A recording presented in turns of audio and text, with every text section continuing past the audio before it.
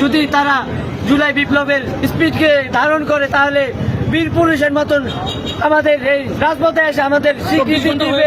আমরা যোদ্ধা।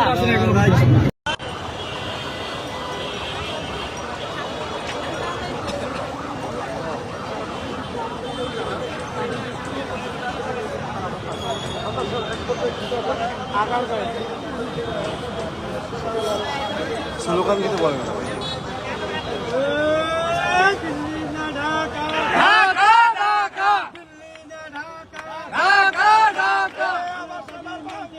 মানতে হবে, মানতে হবে, মানতে হবে, মানতে হবে। আজকে মাত্র পর্যন্ত ওটা মানবো না। এই যে দেখেন পা নাই, আপনারা দেখেন পা নাই। এখন সে কাজ করে কিভাবে খাবে? তার ফ্যামিলি তার দিকে তাকা আছে। সে একজন কর্মক্ষম মানুষ ছিল, সে কিছু করতে পারতেছে না। আমরা এটা মানি না। আমাদের আন্দোলন, আমাদের আহত ব্যক্তিদের পুনর্বাসন না করলে, পুনর্বাসন না করলে আমরা এটা ছাড়বো না। প্রয়োজনে আমরা আরো কঠিন আন্দোলন করবো।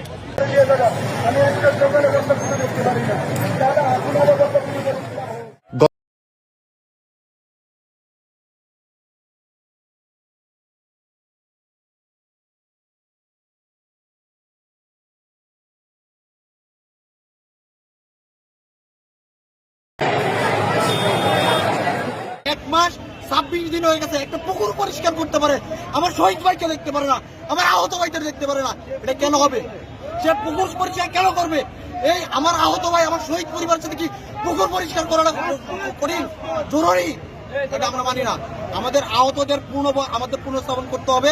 যে সেই প্রক্রিয়াগুলো আছে সেগুলো না করা পর্যন্ত আমরা রাজপথ ছাড়বো। স্বীকৃতি রাতে ঘুমায় না, বেতার জ্বালায়, মনে হয় চোখটা গুলিয়ে ফেলাই ভাই। আমাদের দিকে তাদের তাকানোর কোনো সময় নাই। এটা তো হতে পারে না ভাই।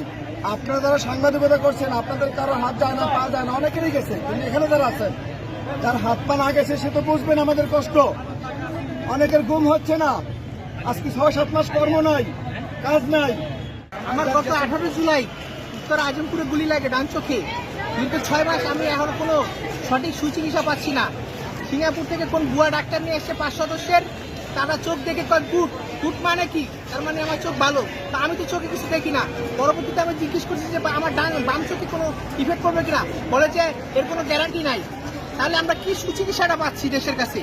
আমাদের দাবি, আমাদের এই 22,000 আহত ভাইদের সুচিকিৎসার আজকে সুচিকিৎসার যে কি করা লাগবে সেগুলো আমাদের লিখিতভাবে দিয়ে যেতে হবে। আমার 2 চোখের গুলি, এক চোখ নষ্ট হয়ে গেছে, এক চোখে অল্প দেখতে পাই, আর সমস্ত মাথা, গা, শরীরে হাজার হাজার গুলি, 4টি বুলেট মারিছে আমার গায়ে। আমি আল্লাহ আমার বাচ্চায় রেখেছে। কালকে একটা কানে খোল বাই করতে গিয়ে একটা গুলি মারি। আমার 8টা সংসারের লোক, আমি ডাকাত করে কাজ করতাম। এখন আমার সংসারটা কিভাবে চলবে? আমার সুচিকিৎসাও নেই।